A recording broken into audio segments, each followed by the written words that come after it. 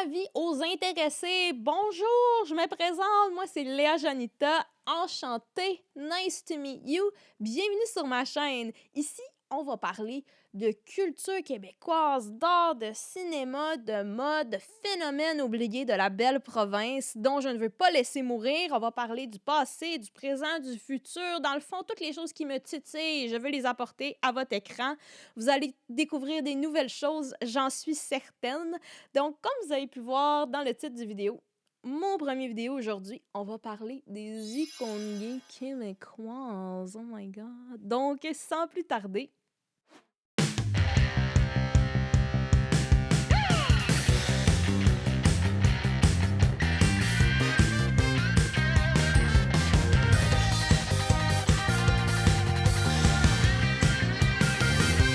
Léa Janita TV.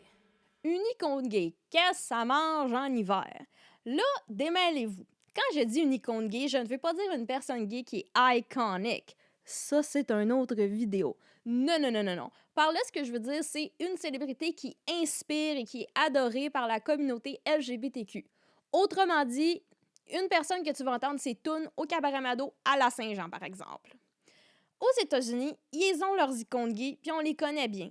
Ils ont Madonna, Cher, Lady Gaga, Liza Minnelli, Elizabeth Taylor, etc., etc.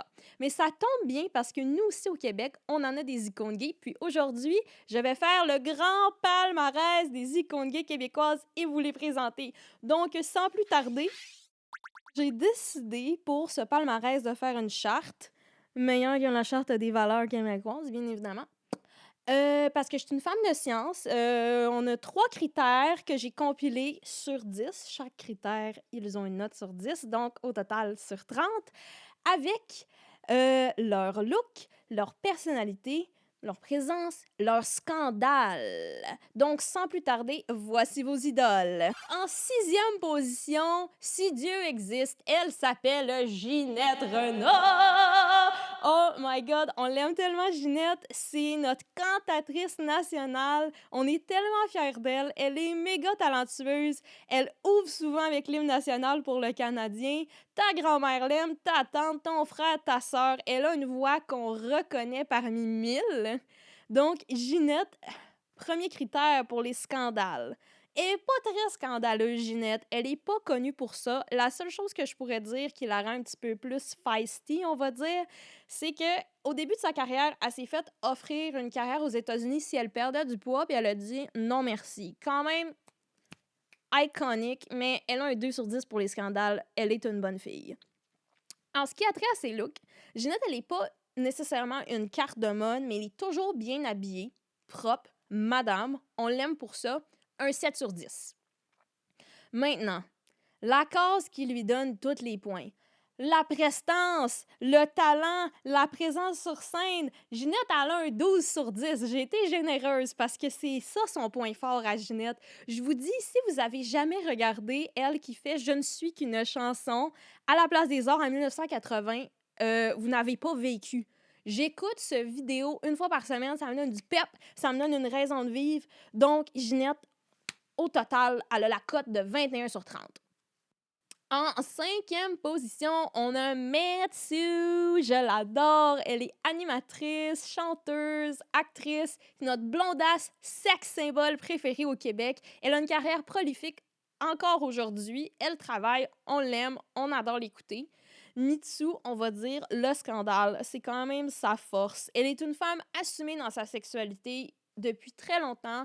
Elle admire, adore, supporte la communauté gay très ouvertement aussi depuis très longtemps, avant que c'était à la mode de le faire.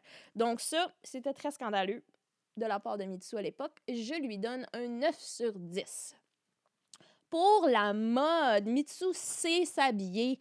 Elle adore briser les règles, elle adore jouer avec les codes. On peut voir ici toutes les photos. J'adore la photo de elle habillée en homme. Elle est tellement hot, honnêtement. Elle a déjà dit à propos de cette photo-là qu'elle était en drag king avant qu'on sache c'était quoi un drag king. J'adore aussi son crop top qui dit Yaya, qu'on voit le dessous de ses seins. Très iconique, 8 sur 10. En ce qui a trait de la présence de Mitsu, je la trouve tellement cool, je la trouve tellement vocale, elle a pas peur de dire qu'est-ce qu'elle pense, mais elle est vraiment facile d'approche comme personne, elle est vraiment bonne à la radio. Mitsu, on va lui donner un 8 sur 10 en ce qui a trait à ça. Je vais laisser dans la description en dessous ici un lien de son vidéo de Dis-moi qui a été banni des ondes de Much Music parce qu'il y avait trop de fesses. Allez les voir, il y a des belles fesses d'hommes dans cette vidéo-là. Je vous le conseille. Au final, elle a un 25 sur 30 dans sa cote. En quatrième position au palmarès, on a la reine du disco du Québec et du Canada, Paty Galland. Oui, la grande icône chevalière de l'Ordre du Québec avec 70 ans de carrière sous la ceinture. Paty, c'est évident que ça fait longtemps qu'elle supporte la communauté LGBTQ, encore aujourd'hui. C'est pourquoi je l'ai choisi pour mon palmarès. Donc, en ce qui a trait au scandale, moi, je la trouve pas très scandaleuse, Paty Galland. C'est une femme qui travaille fort, c'est une femme qui est à l'heure, qui est préparée, qui est talentueuse, qui est tout le temps là. Elle a travaillé toute sa vie. Mais je dirais, peut-être une chose qui est un petit peu scandaleuse à son sujet, c'est que quand elle a commencé à travailler, à faire de la chanson quand elle avait 12 ans, elle performait dans des tavernes. Elle performait entre les numéros des stripteaseuses, elle faisait des chansons. On donne un 7 sur 10, c'est pas si scandaleux que ça, en tout cas. En ce qui a trait à la mode, Paty Galland, elle est toujours bien habillée. Elle est dans les paillettes, dans les diamants, les jumpsuits, vraiment quintessential années 70. Bien évidemment, c'est la reine du disco. Je lui donne un 8 sur 10. Pour la performance, Paty Galland, elle est vraiment un powerhouse, qu'on dit. Vous avez déjà vu Starmania, vous allez le savoir, elle joue un rôle dedans. C'est une comédie musicale écrite par Luc Plamondon qui était présentée à Paris pendant les années 70, 80. Aussi, une autre référence de performance de Paty Galland, c'est son cover disco de Mon pays par Gilles Vigneault. C'est vraiment la yassification de Gilles Vigneault. Puis pour ça, je vais lui donner un 10 sur 10. Ça lui donne un total de 25 sur 30. Fait que là, on va arriver à notre top 3. Laissez-moi me réhydrater. Ça va peut-être être scandaleux ce que je vais dire. Vous allez peut-être pas être d'accord, puis vous me le direz dans les commentaires. Mais en tout cas, pour moi, la troisième position, je la donne à Céline Dion. Céline Dion, notre mascotte internationale. Céline Dion qui a performé à Vegas pendant des années, qui a conquis le cœur des Américains, qui a chanté sur la trame sonore de Titanic. Je pourrais faire une vidéo de 30 minutes juste sur Céline, mais on fera pas ça. Pour ces scandales, Céline n'a pas beaucoup de scandales. Je dirais la seule affaire qui est un peu scandaleuse à propos d'elle, c'était sa différence d'âge avec René Angélil. Mais ça, c'est plus un scandale à René, puis pas un scandale à Céline. Fait qu'on va lui donner un 7 sur 10 sur le scandale.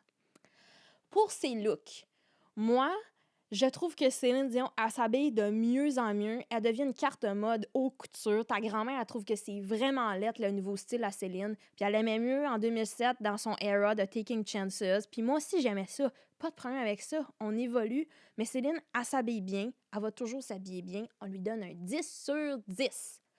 Pour la performance, mais bien évidemment qu'elle a un 10 sur 10, Céline Dion. D'ailleurs, si vous avez jamais regardé sa performance de un peu plus haut, un peu plus loin sur les plaines avec Ginette et featuring Jean-Pierre Ferland, vous manquez de quoi? J'aurais tellement aimé ça, être là en personne puis broyer avec les matantes, mais j'avais genre 10 ans, fait que c'est pas possible. En tout cas, je vous laisse le lien dans la description pour cette performance. Céline, c'est une voix magnifique, c'est une voix unique. Puis j'aime voir des drag queens personnifier Céline. C'est fucking drôle, ça mérite d'être vu. Céline, on lui donne un 27 sur 30 au palmarès. Prochaine! En deuxième position, là, ça va être très controversé. Si vous n'êtes pas d'accord avec moi, dites-moi-le dans les commentaires. Ça me fait plaisir de vous lire. Mais on a la reine du showbiz, la reine de 4 saisons. Vive la reine est morte. Michèle Richard, sensation pop des années 60. On la connaît depuis qu'elle est tout jeune. Elle a même chanté la chanson thème de l'Expo 67. Tellement iconique, cette Michèle. Elle est pas sans scandale, par exemple. Vous savez très bien, je vais lui donner un 10 sur 10 pour le scandale. Parce que, allegedly, il y aurait peut-être eu un incident dans un certain hôtel avec un certain chien puis avec une certaine crotte, puis une certaine conduite en état d'ébriété qui va lui donner cette note-là à Michel. Puis ça, c'est sans parler des conférences de presse, des insultes, des montées de lait. Je vous dis, si Michel était un homme, on dirait que ce serait une personne en affaires qui sait qu'est-ce qu'elle veut, mais parce que c'est une femme, c'est une crise de folle. Donc, ceci lui donne le 10 sur 10. Pour le style vestimentaire, Michelle, je la trouve tellement Hollywood, je la trouve MILF, honnêtement, tellement années 2000. D'ailleurs, avez-vous déjà regardé sa télé-réalité qui n'a pas duré très longtemps? Mais dans le fond, je pense en 2007, elle a fait une télésérie où est-ce qu'on la suivait dans sa vie. Je vais mettre le loin dans la description en dessous. Alors, pour la mode, c'est un 9 sur 10. En ce qui a trait à la présence, quand Michelle elle rentre à quelque part, tu le sais qu'elle est là. Elle est là, elle a 3 chiens en dessous de ses bras, elle a une grosse sacoche, elle a des assistants, elle a 50 000 valises. C'est sûr que ses souliers font du bruit sur le plancher. Elle est loud, elle est proud, elle est présente, Michelle. Sur la scène, toujours bien costumée, toujours très dramatique. Elle va peut-être même avoir un récamier au casino pour chanter, qui sait. Pour la présence, elle a un 10 sur 10. Puis petite parenthèse, moi j'admire Michelle parce qu'elle a refusé les crocs à Mélanie Ménard à son émission. Puis comme, c'est peut-être queerphobique, mais moi j'haïs ça les crocs aussi. Fait que yes, bitch, travail, work, Michelle. Ceci lui donne un 29 sur 30. Vive la reine est morte. OK, maintenant, le moment tant attendu. I burped. OK, maintenant, le moment tant attendu. Je sais pas si vous savez ça va être qui notre numéro 1, mais j'ai besoin. Ah! C'est Diane Dufresne, bien évidemment, la folle, la grande énervée du Québec. Diane, elle est iconique. C'est elle qui a inventé le terme iconique avec sa présence. Elle a rempli le stade olympique de 55 000 personnes habillées en rose dans les années 80 avec son spectacle Magie Rose. C'est quelque chose d'historique qui a marqué le Québec, justement, à cette époque-là. Elle a été dans Starmania. Elle est encore active aujourd'hui depuis 1972, qu'elle nous fait rêver, qu'elle nous fait voyager, qu'elle nous choque, qu'elle ouvre les esprits. Diane, elle mérite sa place dans le numéro 1. On va dire qu'elle est assez scandaleuse, notre Diane. Elle est une personne qui n'a pas peur de dire qu'est-ce qu'elle pense, la manière qu'elle s'exprime, ses sujets. Elle est sexuelle, elle parle de drogue dans ses chansons. Elle dit et fait plein de choses qu'à l'époque, les femmes ne faisaient pas, c'était mal vu. Mais par exemple, ses comparses hommes faisaient ça et ils étaient rock'n'roll. Moi, Diane, c'est mon artiste rock'n'roll québécoise préférée. Scandale 10 sur 10. Là, bien évidemment, on va parler de la mode. Diane, c'est les défilés de Paris sur les scènes du Québec. C'est le théâtre, c'est l'exubérance, c'est la haute couture. 10 sur 10. Je vais mettre une photo, là, mais elle a déjà eu une cape, une robe qu'elle enlevait, puis il y avait des ballons à l'aluminium, puis ça s'envolait. 10 sur 10. Pour la présence, la prestance, la personnalité, Diane, 10 sur 10, bien évidemment. Je ramène encore Magie Rose, je vais vous laisser un lien dans la description, mais je trouve que ça représente vraiment bien le travail que Diane a fait dans toute sa carrière. C'est un talent incroyable. Elle a une voix vraiment intéressante, un vibrato qu'elle arrête pas d'exploiter dans ses textes, très opéra, très théâtral. Elle a étudié le théâtre à Paris, puis ça paraît. C'est encore une de mes performeuses préférées au Québec aujourd'hui. Puis aussi, petite parenthèse, on l'a vu récemment performer à l'Eclipse au Parc Jean-Drapeau, puis ça, je trouve que c'est iconique. C'était tellement un beau choix. Oh mon Dieu! Alors, c'est ce qui conclut mon palmarès de nos icônes gays québécoises. J'espère que vous avez apprécié, que vous avez découvert des nouvelles personnalités. Est-ce qu'il m'en manque? Dites-moi dans les commentaires. Est-ce que vous êtes d'accord avec mon classement? Dites-moi là aussi. Honnêtement, ça aurait pu être une vidéo avec 2 fois plus de personnes, mais ça pourrait être une partie 2, qui sait? Si vous voulez m'encourager, vous pouvez me suivre, cliquez sur le bouton suivre. Je vais laisser mes médias sociaux apparaître ici sur l'écran. Et je vous dis à la prochaine. Bye bye!